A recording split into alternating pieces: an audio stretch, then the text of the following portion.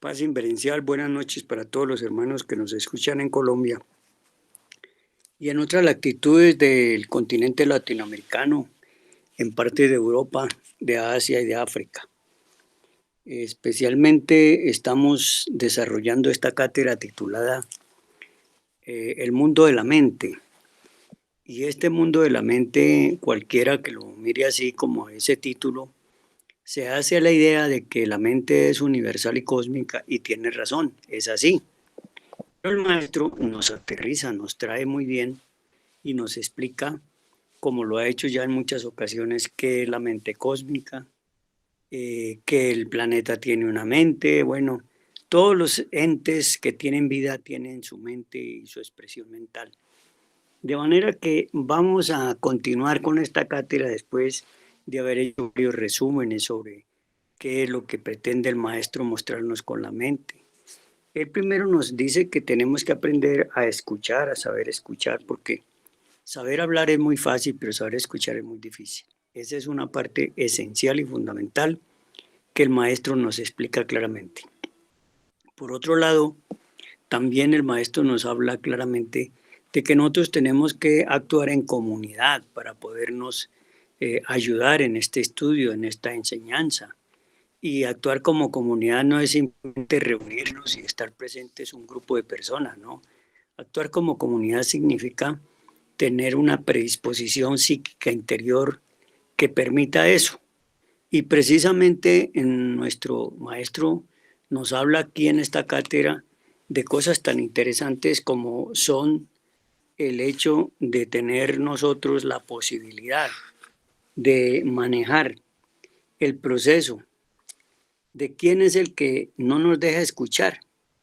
Y el maestro nos explica claramente que quien no nos deja escuchar es el ego. ¿Por qué? Porque el ego es el que hace todo y lo interpreta todo. De manera que eso lo hace porque tiene una información que le da precisamente a través de los cinco sentidos y que esa información la procesa en el centro formativo y que ese centro formativo no es otra cosa que la memoria. ¿Y por qué se le llama centro formativo? Pues él dice que porque allí se forman todos los conceptos. Es urgente aprender a escuchar, además nos recalca el maestro.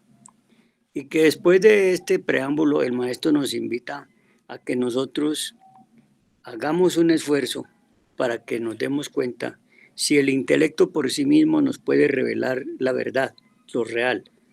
El maestro nos dice claramente que eso no es posible por las mismas razones que nos ha explicado, que la información que nosotros recibimos en nuestros tres cerebros la captan los sentidos y se la envían precisamente al proceso de la formación de los conceptos y las ideas, que es el centro formativo o el centro intelectual.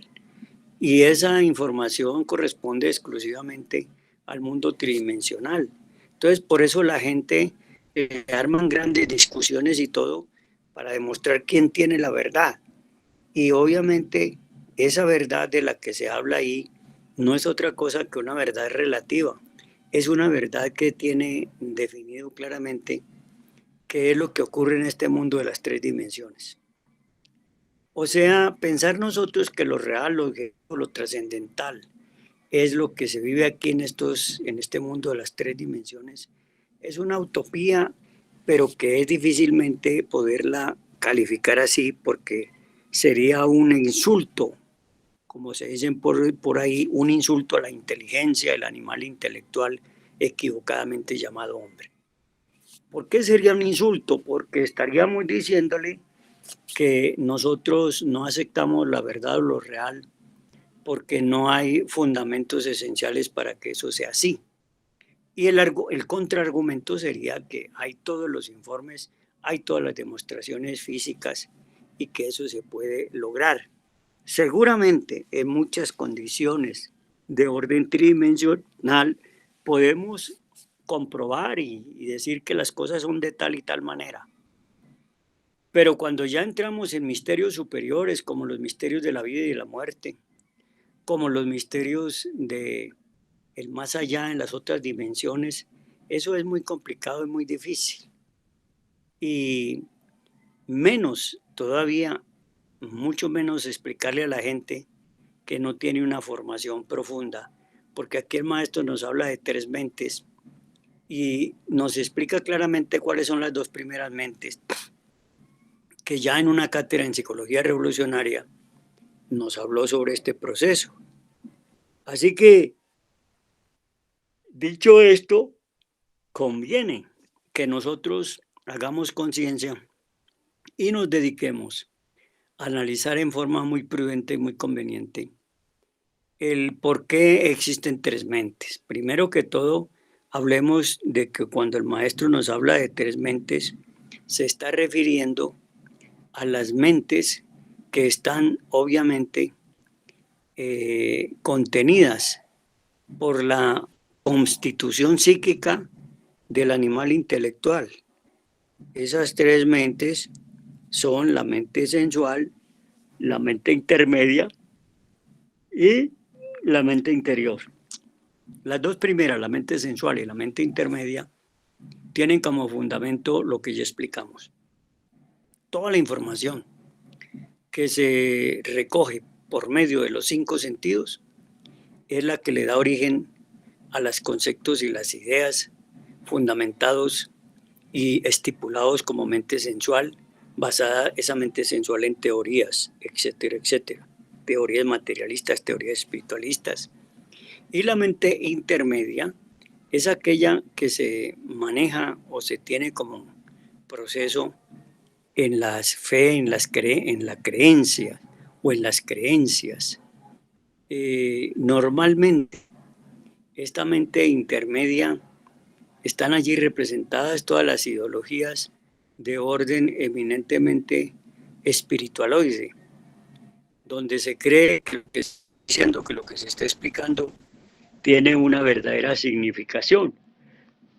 Y sí tenemos que reconocer que cuando en las congregaciones culturales religiosas, donde se fundamenta la mayor parte de sus bases en la creencia, pues hay valores muy interesantes y que obviamente estas organizaciones filosóficas religiosas ayudan a cultivar y que es lo que se conoce en el argot popular como la moral.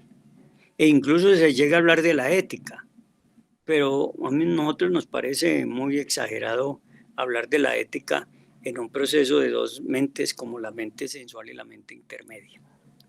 Así que dicho todo esto, tenemos que repasar rápidamente que esas dos mentes, la mente sensual, como bien nos lo dice aquí el maestro, esa mente sensual nosotros la tenemos que entender bajo las circunstancias de la siguiente forma. La mente sensualista en el Evangelio es conocida con todas sus teorías y demás como la levadura de los saduceos. Y Jesús el Cristo advierte diciendo, cuidados de la levadura de los saduceos y de la levadura de los fariseos. Y esa levadura de los saduceos la define el maestro como las doctrinas materialistas, ateístas, tal y gracia como el marxismo, la dialéctica marxista. Ese tipo de doctrinas corresponde exactamente a la doctrina de los saduceos. Vean ustedes lo interesante que representa eso. Mas también advierte el Señor de perfección sobre la doctrina de los fariseos. Esa doctrina de los fariseos corresponde a la mente intermedia. ¿Y quiénes son los fariseos? Son aquellos que asisten a sus templos, a sus escuelas, a sus regiones, etcétera, sectas, para que todos los vean, escuchan la palabra, pero no la hacen en sí mismos. Son como el hombre que se mira a un espejo a la vuelta y se va, dice el maestro. Eso es interesante que lo analicemos todos nosotros. Únicamente asisten para que otros los vean, pero nunca trabajan sobre sí mismos. Y eso es gravísimo. Se contentan con las meras creencias. No les interesa la transformación íntima total. Pierden su tiempo miserablemente y fracasan. ¿Por qué razón? Porque ya nosotros sabemos que el maestro nos ha entregado una enseñanza con la que podemos salirnos de estas dos mentes, de la mente sensual y de la mente intermedia. Además nos agrega el maestro lo siguiente: alejémonos de la levadura de los saduceos y de los fariseos y pensemos en abrir la mente interior. ¿Cómo abrimos la mente interior? Dice el maestro, ¿cómo la abrimos? Pues sabiendo pensar psicológicamente. Aquí introduce pues el maestro el concepto claro del pensar psicológico. Muchos estudiantes de la enseñanza gnóstica hemos estado insistiendo mucho en establecer la profundidad de salirnos del pensamiento lógico, porque como bien sabemos el pensamiento lógico está estructurado o está formado en el centro formativo, que es la memoria mecánica, que se alimenta para expresar ideas, conceptos y de todo con la información que le dan los 5 sentidos, y que ya explicamos esa parte. Entonces tengamos pues bien en cuenta esa parte, que para abrir la mente interior necesitamos nosotros hacer un esfuerzo y dedicarnos a buscar la manera de pensar psicológicamente.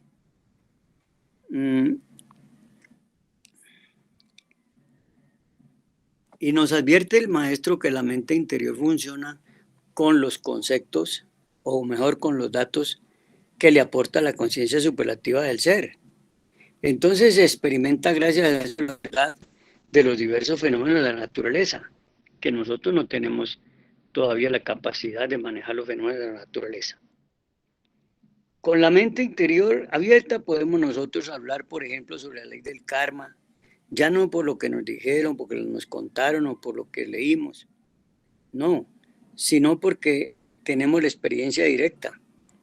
También con la mente interior abierta quedamos suficientemente preparados para hablar de la reencarnación, de la ley de retorno, la ley de recurrencia, de todas las cosas sobre la transmigración de las almas, etc. Pero de hechos no basados en lo que leímos o lo que nos escuchamos de algunos autores, sino lo que por sí mismos experimentamos en forma directa, y eso es obvio. Vean pues ustedes todo este resumen, lo vuelvo a hacer porque es que en esta cátedra hay que volver a hacer y hacer y hacer este proceso para que los estudiantes todos entendamos qué es esto del mundo de la mente. Don Emmanuel Kant, el filósofo, hace una distinción entre la crítica de la razón objetiva y la crítica de la razón pura. No hay duda de que la razón subjetiva, racionalista, jamás podría aportarnos nada que no pertenezca o perteneciese al mundo de los 5 sentidos. Entonces, en la crítica de la razón pura, vemos que lo que se estudia es lo que nos aportan los 5 sentidos. Eso es todo. Pero eso solamente se queda ahí en el racionalismo subjetivo, nada más. Dice, en el intelecto por sí mismo no es racional, el intelecto por sí mismo es racionalista y subjetivo.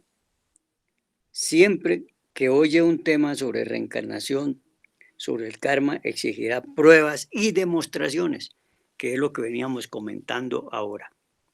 Así que tomemos en cuenta, distinguidos hermanos, este proceso. Las verdades que solo pueden ser percibidas por la mente interior no podrían ser demostradas a la mente sensualista. Exigir pruebas sobre esto o eso en el mundo sensorial externo equivale a exigirle a un bacteriólogo que estudie los microbios con un telescopio, así como exigir a una que estudie las estrellas o los mundos macrocósmicos con un microscopio. Exigen, pero las pruebas no se les pueden dar a la razón subjetiva, porque esta no tiene nada que ver con aquello que no pertenezca al mundo de los 5 sentidos. Está tan clara esta explicación que yo creo que una persona que experimente con juicio y con serenidad se dará cuenta que se le está dando una razón muy profunda para que ese estudiante entienda que tiene que cambiar la forma de pensar lógica, y que para que pudiese entender y conocer muchas cosas tendría que ir necesariamente al campo que tiene que ver con la mente interior.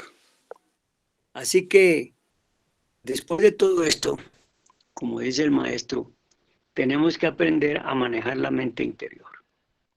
A la mente interior no se le puede demostrar, a la mente interior se le puede demostrar, pero ante todo se le exige al candidato que haya abierto su mente interior. Si no la ha abierto, ¿cómo haríamos para hacerle una demostración de ese tipo? Imposible, ¿verdad? Eso es como quererle explicar a una persona que apenas está aprendiendo a leer y a escribir y entonces se le quiere enseñar la conjugación de verbos en el pluscuamperfecto y otras cosas por el estilo. O a una persona que esté estudiando las 4 operaciones matemáticas y pasarlo a que hable ya y entienda el cálculo integral. Eso es imposible. Entonces, para todo hay que prepararse, estimados hermanos. También el maestro nos cuenta una anécdota muy interesante de un gran sabio egipcio que estuvo en un congreso que convocaron en aquella época los grandes personajes de diversos países como Asiria, Persia, Fenicia, etcétera, etcétera, para disque estudiar si el hombre tenía alma. Y este gran sabio les argumentó lo mismo que estamos viendo ahora, decirles que cómo se atrevían a convocar para hacer una demostración de que si el hombre tenía alma, cuando sabíamos plenamente que para saber si se tiene alma, se tendría que estar manejando o mejor usando, habiendo desarrollado la mente interior. Y eso es imposible. Entonces, este sabio les decía que eso no era posible. Ahí podrían quedarse discutiendo días y años y meses y no podrían llegar a ningún. En los antiguos tiempos él le mencionó cómo la gente despierta no tenía que discutir si había o no había en el alma en el hombre, porque ellos sabían que la tenían y la conocían y la manejaban. Entonces, después de estas demostraciones, el maestro les explicó, este gran maestro les explicó con qué elementos se podía trabajar en esos casos. Y entonces apareció un sistema para poder manejar eso, que la gran gente que no tenía conocimiento de esto, pues obviamente no sabía cuál era la forma como podrían explicar estas grandes cosas que habían acontecido. Así que vean ustedes pues cómo aquí hay que despertar ciertos, diríamos, ciertos poderes que el hombre común y corriente, el animal intelectual, no tiene esos poderes y que esos poderes estaban contenidos en una forma que casi nadie tiene desarrollada y es nada más ni nada menos que la expresión de las verdades cósmicas a través del sentido instintivo de la experimentación de las verdades cósmicas. Así que este proceso, pues, distinguidos hermanos, hay que tenerlo muy claro para que nosotros no perdamos de vista este trabajo que el maestro nos invita a que hagamos, que es importante que lo manejemos. Eh, el centro perceptivo de las sensaciones es muy diferente, obviamente, al centro perceptivo de el centro instintivo de la percepción de las verdades cósmicas.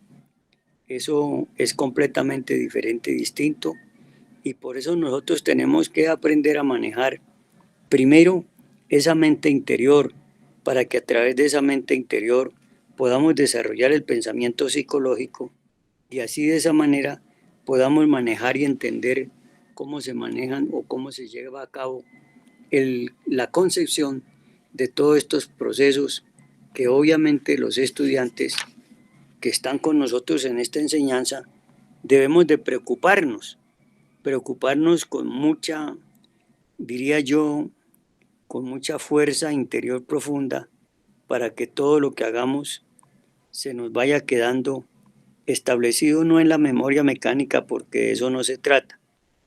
Esto tiene que quedar caracterizado en otro proceso que se llama, obviamente, la comprensión creadora. Y que solo cuando tengamos la comprensión creadora vamos a poder nosotros funcionar de esa manera. Y dice lo siguiente el maestro aquí en esta parte. No es el intelecto precisamente el que puede verificar esa ley. Con el intelecto podemos discutir tal vez o afirmarlo, negarlo, pero eso no es verificable o que se pueda hacer una verificación. Así pues los invito a ustedes a la comprensión. La imaginación les abrirá las puertas de los paraísos elementales de la naturaleza. Pues con la imaginación tratamos de distinguir un árbol. Si meditamos en el mismo, veremos que está compuesto de multitud de pequeñas hojas. Mas si algo logramos ahondar en un poco más y ver la vida íntima del árbol, no hay duda de que éste posee eso que podrían denominar esencia o alma. Cuando uno está en estado de éxtasis, percibe la conciencia de un vegetal, es obvio. La claridad perfecta, que es esa una criatura elemental, una criatura que tiene vida, no perceptible para los cinco sentidos, no perceptible para la capacidad intelectiva, excluida totalmente del proceso sensorial. Interesante resulta que en pasos posteriores se pueda llegar a conversar, a platicar con los elementos. Obviamente en la cuarta vertical hay sorpresas insólitas. Indubitablemente la tierra prometida de que nos habla la Biblia es la misma cuarta dimensión, la cuarta vertical de la naturaleza. El paraíso terrenal es la cuarta coordenada, en tanto que dice la tierra prometida donde los ríos de agua pura manan leche y miel. Es precisamente la cuarta dimensión de nuestro planeta.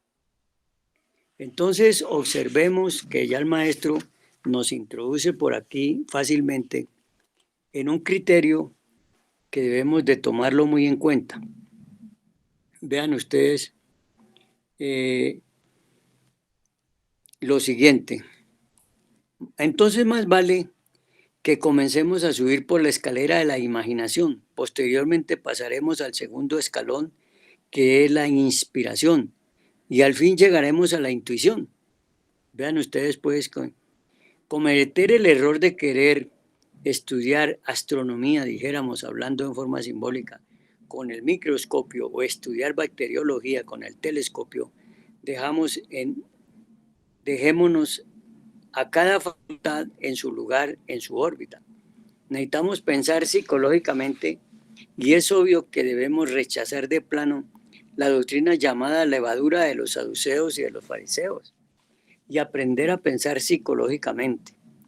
¿No sería esto posible si continuáramos embotellados dentro del intelecto? Entonces, más vale que empecemos a subir por la escala de la imaginación. Posteriormente pasaremos a la segunda escala o escalón, que es la inspiración, y finalmente a la intuición, que es la tercera parte. Entonces vean ustedes cómo es de interesante esta parte. Veamos cómo se desarrolla la imaginación. Puede realizar ejercicios científicos. Se pueden realizar ejercicios científicos. ¿Con qué? Con la imaginación. Muchas veces hablé sobre los ejercicios del vaso con agua, un ejercicio fácil. Se coloca un vaso de agua cerca de sí. Si en el fondo del vaso deposita un espejito, se añade el agua a azogue, unas gotas, se concentra uno en el centro mismo del agua, es decir, sobre el agua, en forma tal que la vista atraviesa el cristal, pues obviamente tendrá un ejercicio espléndido para el desarrollo de la imaginación. Tratará de ver en esa agua la luz astral, hará un gran esfuerzo por verla. En principio no verá nada de eso, es obvio. Después de algún tiempo de ejercicio verá el agua de colores, comienza a percibir la luz astral, el sentido de la autoobservación psicológica entra en actividad. Y si mucho más tarde pasa un carro por la calle, por ejemplo, verá en el agua una cinta de luz y verá un carro caminando por una cinta de luz. Esto indica que ya comienza a percibir con la facultad trascendental de la imaginación. Por último, llegará el día en que no necesitará para nada el vaso de agua para ver, sino que verá el aire de distintos colores, verá el aura de las gentes. Bien sabemos que cada persona carga un aura de luz en su alrededor. Esto del aura, muchas gentes hoy día y a través de los tiempos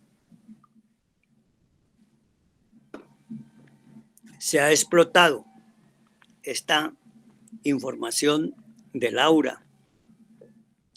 Y muchas personas dicen que pueden leerle ya el aura a las personas. Bueno, es posible que sí, no podemos negar que haya mucha gente que en existencias pasadas aprendió a ver el aura con su sistema normal. Ese es un arte que se aprende. Y ese arte, pues, con el paso de las existencias, se puede aumentar o se puede perder. Hay muchas personas que ese sistema o esa forma la van puliendo más y más y llega un instante en que ya son capaces de manejar la imaginación. Pero muchas veces se cae en el error de creer que la imaginación mecánica es la imaginación consciente. Y hay una gran diferencia. Con la imaginación mecánica, lo que están trabajando allí son los sentidos dando la información y quienes reciben esa información son los egos y hay una cantidad de egos que en lo que nos introduce es en una imaginación subjetiva, una imaginación mecánica. Y ahí caemos en errores graves. Por eso es tan importante hacer las prácticas que nos indica el maestro y sobre todo hacernos conscientes de qué es la razón subjetiva y cuál es la razón objetiva, para que así no estemos haciendo evaluaciones que no corresponden a una realidad objetiva. Vean pues ustedes, el aura a su alrededor, esa aura tiene diversos colores. El escéptico lleva siempre un aura de color verde brillante. O sea que si uno puede ver el aura de una persona de color verde brillante, sabe que ahí hay un escéptico. El devoto lleva un aura de color azul. El devoto lleva un aura de color azul, es decir, la persona que entra mucho en la parte espiritual. Generalmente puede tener un aura de color azul. El amarillo revela mucho intelecto también. O sea, el verde brillante y el amarillo son el resultado de ver mucho intelecto. El verde sucio, escepticismo también. El gris, tristeza. El gris, plomo. El gris, tristeza. El gris, plomo, mucho egoísmo. Vean ustedes el gris, tristeza y el gris, plomo, mucho egoísmo. El negro representa odio. Un aura que es como sombría, tirando a negro, es una persona que tiene mucho odio en su interior. El rojo sucio, la lujuria.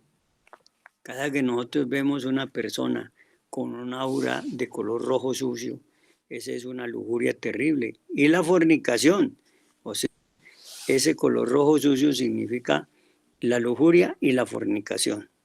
Vean ustedes. El rojo brillante, centelleante, la ira. El rojo brillante, centelleante, la ira. Esa aura roja, centelleante, la ira. Obviamente para llegar a verse así, el aura de las gentes, hay que trabajar mucho. En este ejercicio habrá que trabajar por lo menos 3 años, 10 minutos diarios sin dejar ni un solo día de trabajar. Obviamente si se tiene esa firmeza para practicar ese ejercicio de 10 minutos diarios, llegará el momento en que tiene que desenvolverse la facultad de la imaginación o clarividencia, que es otro término que que le daríamos a la imaginación. O sea, la imaginación consciente se vuelve clarividencia. Y aquí hay muchos hermanos, o pueden surgir algunos hermanos, que con solo cerrar los ojos pueden ver muchas cosas con la imaginación. Pero aquí se puede caer en errores, como hemos dicho, en que sea, diríamos, que sea como ensuciada, como mezclada con elementos subjetivos negativos, y entonces eso le hace perder la verdadera luminosidad y claridad a una imaginación consciente.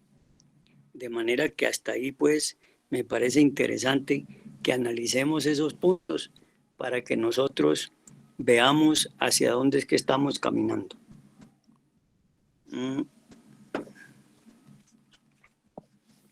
Vamos a continuar con la enseñanza que el maestro nos sigue dando por este camino de la imaginación. Dice, pero este no sería el ejercicio único para el desarrollo de esta facultad.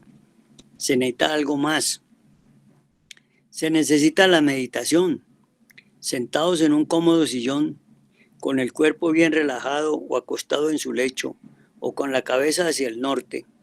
Deben imaginar la semilla de un rosal, por ejemplo. Esta ha sido cuidadosamente sembrada en una tierra negra y fértil. Imaginemos que la regamos con el agua pura de vida, continuando con este proceso imaginativo, trascendental y trascendente a su vez. Visualicemos en el proceso del crecimiento cómo brotan espigas del tallo, cómo se desenvuelve maravillosamente, cómo surgen las espigas entre aquel tallo y al fin ramas y hojas.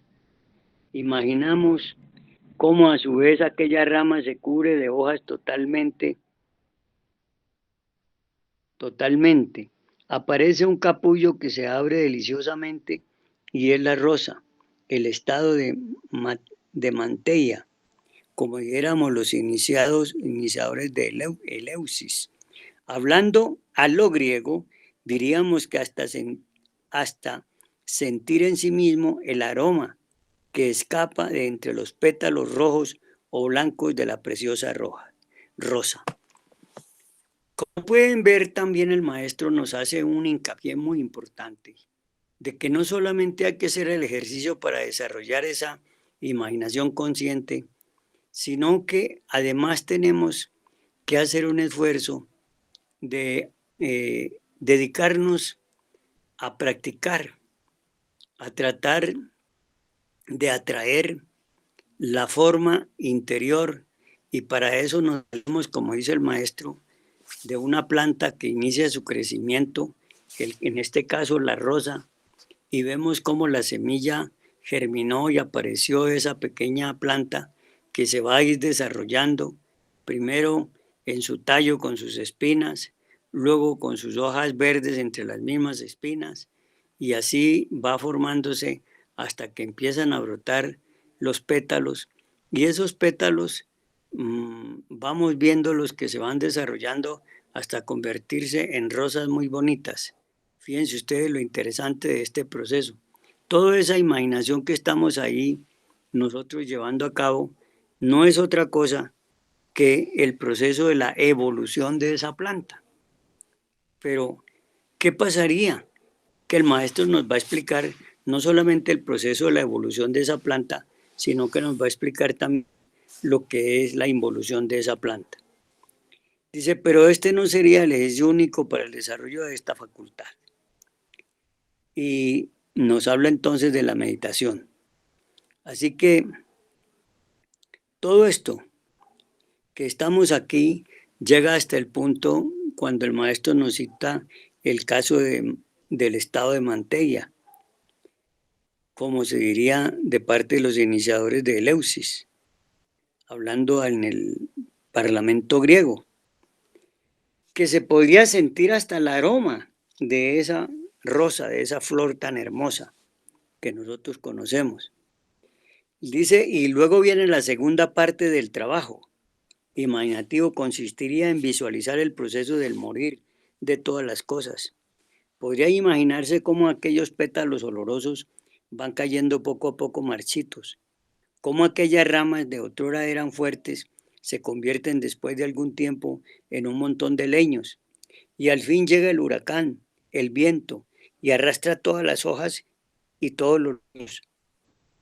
Vean ustedes pues cómo no solamente hay que hacer el ejercicio que, como yo explicaba, es del crecimiento, de la evolución de la planta en todos sus aspectos hasta su madurez, y luego viene el segundo ejercicio, la segunda parte, que es verla cómo es, va desarrollándose el proceso de la involución, o sea, el que esa planta va perdiendo su energía y va cayendo entonces en la autodestrucción.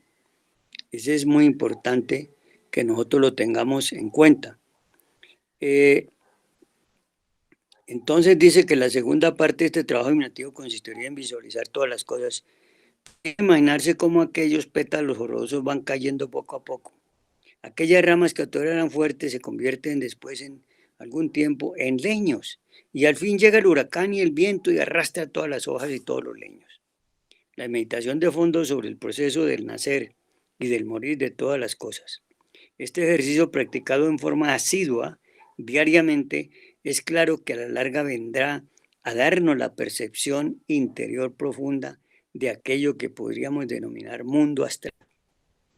Vean ustedes pues una práctica muy física, muy de este mundo, pero que nos puede, si la hacemos juiciosamente, llevar a introducirnos por medio de la imaginación consciente en el mundo astral, viendo el proceso de la vida, el crecimiento y el desarrollo del proceso de decrecimiento y de muerte de todos estos elementales o medios de todas estas formas de la naturaleza. Así que dice,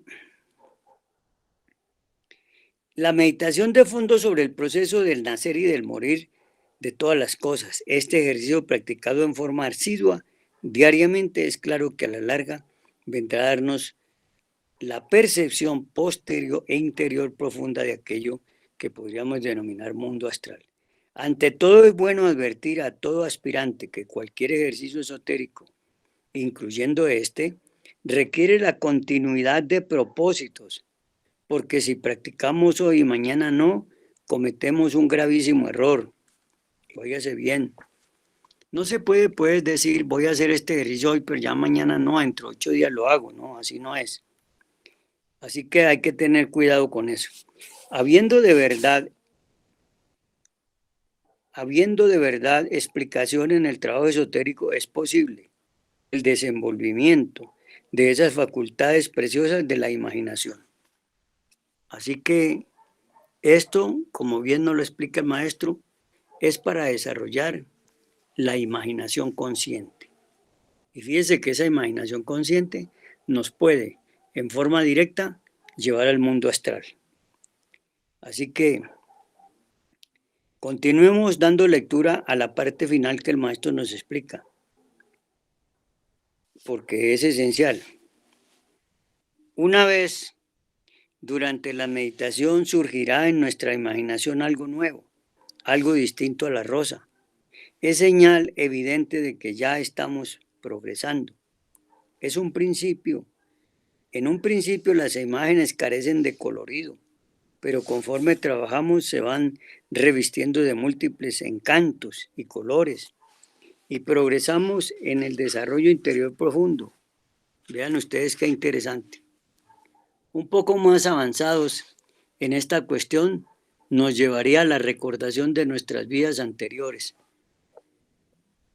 Miren ustedes lo interesante que resulta hacer estas prácticas, porque al hacer estas prácticas, lo que estamos logrando nosotros es desarrollar una facultad como la imaginación consciente, porque como bien lo define el maestro, imaginar es ver. Y entonces una imaginación consciente nos permite ver en los mundos supranormales, astral, mental, causal, etcétera, etcétera, mundo del alma y el espíritu.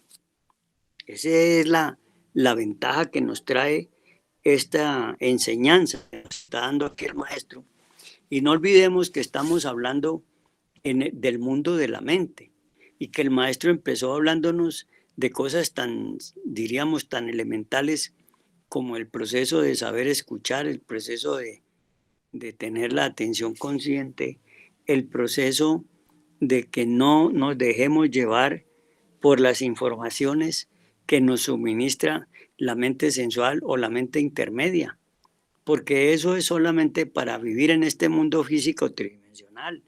Pero esas dos mentes nada pueden aportarnos de los mundos fuera de estas dimensiones. Y ya explicamos por medio del maestro los ejemplos que él nos pone para que nosotros aprendamos a manejar esto. Miren ustedes cuántos ejercicios que no son difíciles en las noches o en las mañanas sacar un rato para hacer estos ejercicios. Y seguramente habrá otras modalidades de ejercicios muy similares que se podrán hacer y que el estudiante por sí mismo puede desarrollar.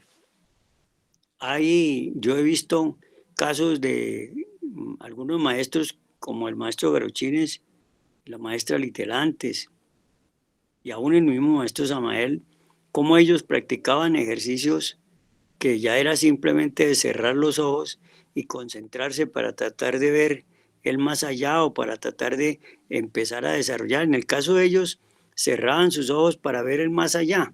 Nosotros tenemos que empezar a cerrar los ojos para poder empezar a ver la manifestación en nuestros tres cerebros de todo lo que es negativo, pero después de ver con paciencia, dejar pasar todo esto, podemos llegar a ver lo positivo, lo que es verdaderamente objetivo, no lo que es subjetivo.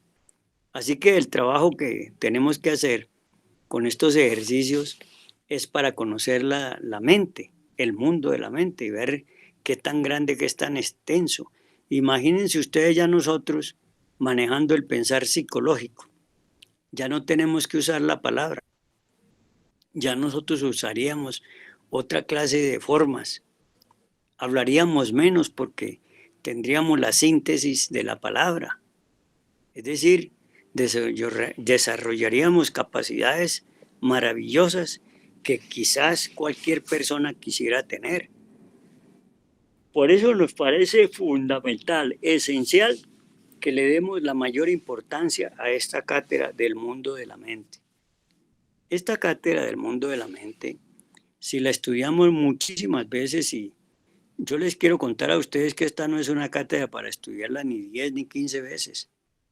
Esta es una cátedra para estudiarla ojalá todos los días y para vivenciarla, para practicarla. Porque hacer los ejercicios para desarrollar la imaginación consciente y por medio de ellos llegar a la clarividencia o la misma evidencia, pues es maravilloso. Y después de eso, debe desarrollar esa imaginación consciente, pasar directamente a manejar otra cualidad que el maestro nos explica claramente a nosotros que tenemos que aprender a manejar y que es necesario que lo hagamos, que es fundamental que lo empecemos a manejar. Así que esto nos permite a nosotros ir avanzando para ir conociendo ese mundo de la mente. De manera que vean ustedes pues todo lo que podemos hacer si somos capaces nosotros de desarrollar primero que todo esa imaginación creadora o esa imaginación consciente, porque así de esa manera podemos ir avanzando a pasos gigantescos hacia un conocimiento profundo trascendental y así de esa manera podemos nosotros ir desarrollando unas cualidades cognitivas del ser que están en cierta forma alejadas de nosotros por la falta de trabajo como tiene que ser. Entonces fíjense que la imaginación creadora nos transmite del espejo del alma. La imaginación creadora nos transmite el espejo del alma, bien desarrollando mediante reglas esotéricas exactas, indubitablemente tendrá la verificación de lo que aquí estoy afirmando en forma enfática. Yo les invito a ustedes claramente al análisis psicológico, los invito al desarrollo de esa cualidad cognitiva conocida siempre como imaginación. Es una facultad extraordinaria. La imaginación creadora le permite a uno saber por sí mismo que la Tierra es un organismo vivo. Me viene en estos momentos a la memoria la afirmación neoplatónica de que el alma del mundo está crucificada en la Tierra. Observen pues ustedes todas las informaciones que el maestro nos da aquí. Incuestionablemente, quien haya desarrollado en sí mismo la facultad imaginativa, bien podría tratar de capturar o de aprender con este translúcido el último instante de su pasada existencia. Vean ustedes. Entonces ese espejo translúcido de su imaginación se reflejaría en su lecho de moribundo. Así es que alguien podría morir en un campo de batalla o en un accidente. Sería interesante ver eso que en la pasada existencia nos acompañaba en los últimos instantes. Vean ustedes, continuando con este proceso tan maravilloso relacionado con la imaginación, podría interpretarse conocer ya no solamente el último instante de los años, los penúltimos, la juventud, la adolescencia, la niñez, y así venir a recapitular preciosamente toda la vida pasada.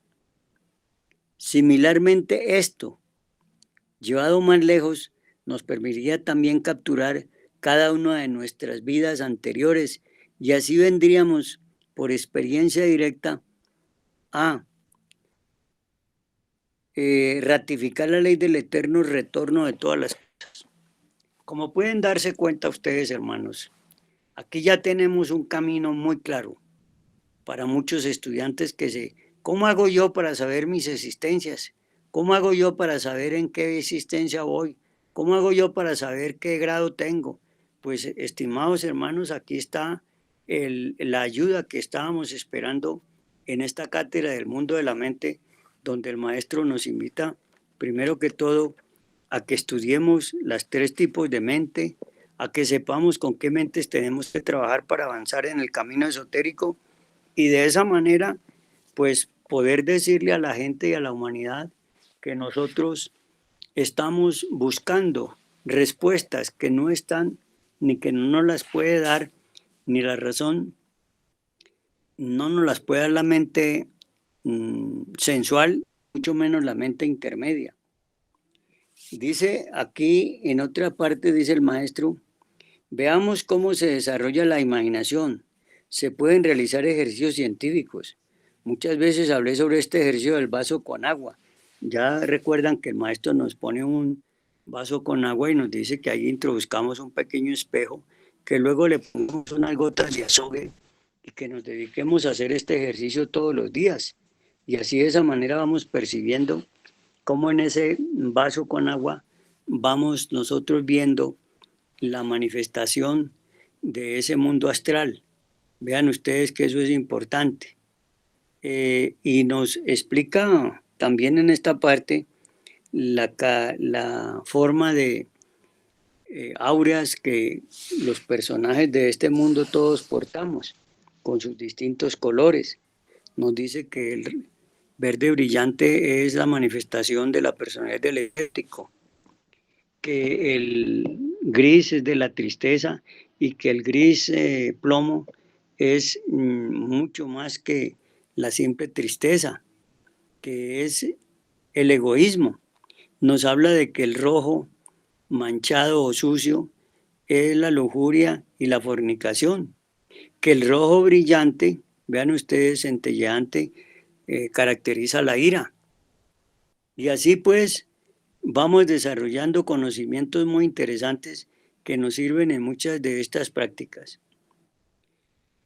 Así que invita al maestro a que esta práctica la desarrollemos y la trabajemos siquiera durante 3 años para poder tener la buena facultad, y no hay que utilizar sino máximo 10 minutos diarios o mínimo 10 minutos diarios. Si puede hacer más, mejor, ¿no? Así que de esa manera tiene que desenvolverse la imaginación o clarividencia, que es otro término que le daríamos a la imaginación, como lo dice el maestro. Dice el maestro, pero este no sería el ejercicio único para desarrollar esta facultad. Se necesita algo más, se necesita meditación. Sentados en un cómodo sillón con el cuerpo bien relajado, acostado en su lecho y con la cabeza hacia el norte, deben imaginar algo, la semilla de un rosal, por ejemplo. Aquí explicó el maestro cómo esa semilla del rosal la tenemos que ir viendo, que en esa tierra negra y fértil se va desarrollando hasta que aparece obviamente el pequeño tallo, y ese tallo va creciendo y vienen todas las características de lo que es esa planta llamada rosa, y luego los hermosos eh, rosales que produce cada planta, etcétera. Todo esto que estoy diciéndoles aquí es importante que nosotros lo hagamos con base en la meditación de fondo, sobre el proceso del nacer y del morir de todas las cosas. Y esto no es otra cuestión que dos leyes, la ley de involución y la ley de evolución. Así que todo esto lo podemos dejar bien claro todos para que salgamos adelante. Así que dejemos pues bien claro cómo se puede desarrollar este proceso de ejercitarnos en la meditación para poder desarrollar la imaginación consciente. Y bueno, aquí nos explica el maestro que por medio de ese sistema, si lo seguimos practicando muy fuertemente, podemos encontrar respuesta a muchas de nuestras inquietudes, como es cuántos retornos llevamos, cuántas existencias tenemos, en qué grado de iniciación podemos estar, en fin, todo eso se nos va dando, se nos va explicando. Así que nosotros tenemos que ver esto con claridad. No es el intelecto precisamente el que puede verificar esas leyes. Con el intelecto podemos descubrir tal vez o afirmarlo o negarlo, pero eso no es verificación.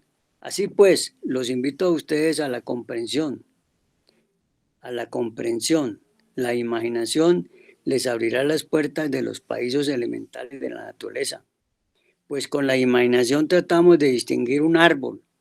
Si meditamos en el mismo, veremos que está compuesto de multitud de pequeñas hojas.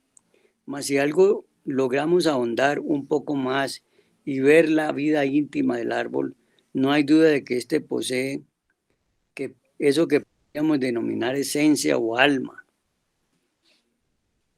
Las plantas son los cuerpos físicos de esos elementales.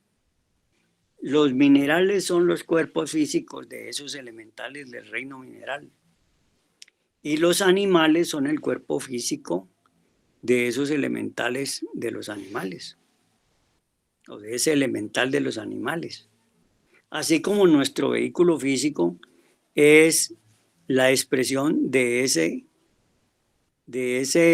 esencia, de esa alma en nosotros. Así pues que todo esto es importante que lo tengamos bien claro. Así, hermanos, que hemos explicado esta cátedra con bastantes detalles, y ya ven ustedes en dónde vamos ya.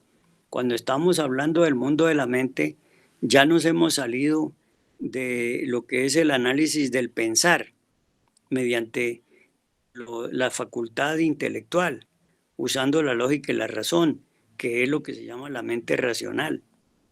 Y luego nos hemos pasado al estudiar la mente interior, al concepto que el maestro nos entrega desde los mundos superiores de conciencia, diciéndonos que para poder trabajar con la mente interior tenemos que abrirnos a ella. ¿Y cómo nos abrimos a ella? Pues pensando psicológicamente. Y aquí viene algo muy interesante que debe quedar en nosotros como una tarea. Nosotros conocemos que pensar es el ejercicio que se manifiesta en nuestro cerebro pensante, que sentir es el ejercicio que se realiza en nuestro cerebro sintiente, y que actuar es el ejercicio que se hace con nuestro vehículo físico, actúa, no hace, actúa. Entonces, si vamos viendo esas definiciones, nos podemos dar cuenta que son definiciones que son traducidas por una dialéctica que es la dialéctica del saber. Pero para ya entrar a analizar qué es el pensar psicológico, tenemos que empezar a dejar de lado un poco la dialéctica del saber y entrar un poco con la dialéctica del ser. Y para eso dirían, ¿cómo yo puedo empezar? Miren, hermanos, el maestro nos entrega la clave. En el libro titulado La Gran Rebelión, él nos habla en una cátedra que se titula Comprensión Creadora, que para poder entrar a estimular y conocer el trabajo de la comprensión creadora, se necesita que se equilibre el ser y el saber. Si usted quiere buscar la mente interior con el saber, no lo va a lograr. Si usted quiere expresar lo de la mente interior con el ser, necesita del saber. Por esa razón, estas dos partes tienen que ir equilibradas. Desarrollar una más que la otra no nos ayuda mucho, porque si desarrollamos la mente del saber, pues lo que creamos nosotros aquí es un bribón del intelecto.